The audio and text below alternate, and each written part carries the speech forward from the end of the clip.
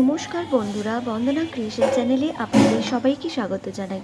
আজকে নিয়ে এসেছি একটি নতুন রান্না, কাতলা মাছের কালিয়া। এখানে 6 পিস কাতলা মাছ আছে। আমি আপনাদের কাছে 4 পিস কাতলা মাছের কালিয়া রান্না করে দেখাবো।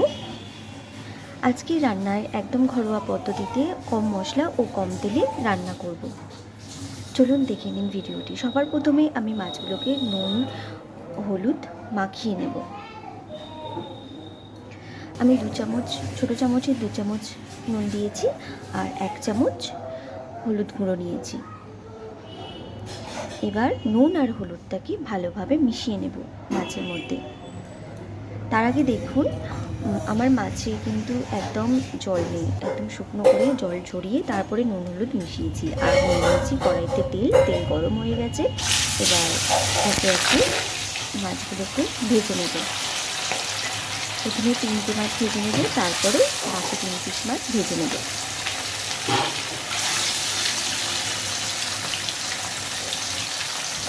মাছগুলোকে আমি খুব কড়া করে ভাজবো না, মাছটাকে আমি হালকা লাল লাল করে ভেজে নেব।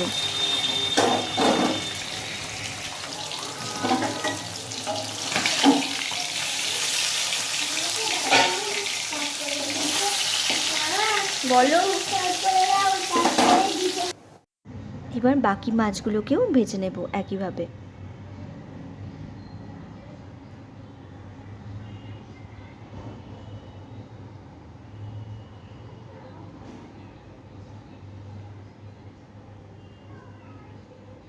মাছ ভাজা হয়ে গেছে।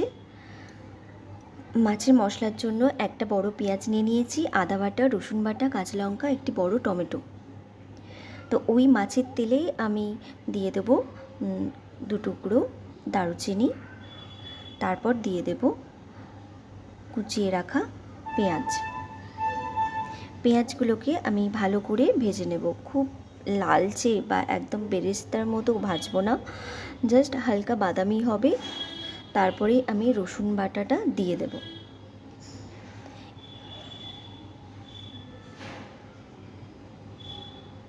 এবার রসুনের কাঁচা গন্ধ চলে যাওয়া পর্যন্ত ভেজে নেব। তারপর দিয়ে দেব 1 চামচ আদা বাটা।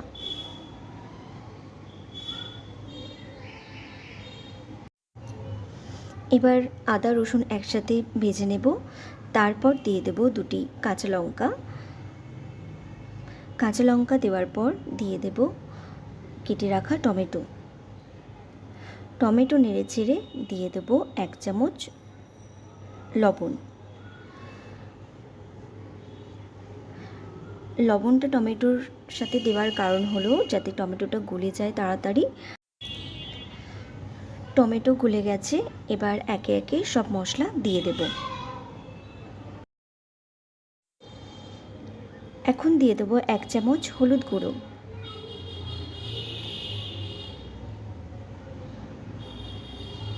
আর 1 চামচ ধনে গুঁড়ো, 1 চামচ জিরে গুঁড়ো ও 1 চামচ লঙ্কা গুঁড়ো। এবার এই সব মশলাগুলোকে ভালো করে পেঁয়াজ রসুন আদা টমেটোর সাথে ভালো করে কষিয়ে নেব।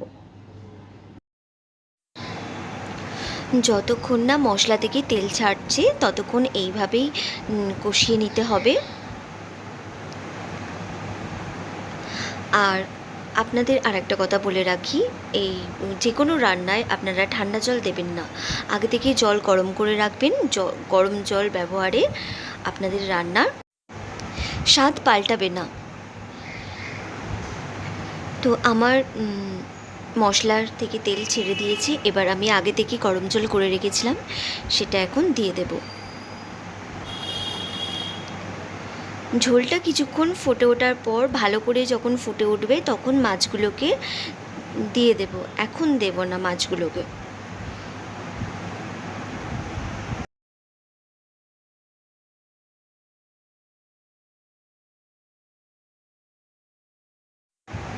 এবার মাছগুলোকে একে একে দিয়ে দেব।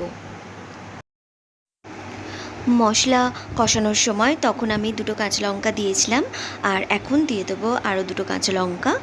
আমরা একটু বেশি ঝাল খাই, ওই জন্য ঝালের পরিমাণটা এখানে বেশি দেওয়া আছে। আপনারা যেরকম বাড়িতে ঝাল খান আপনারা সেরকম ঝালটা আপনাদের মতো করে দিয়ে নেবেন।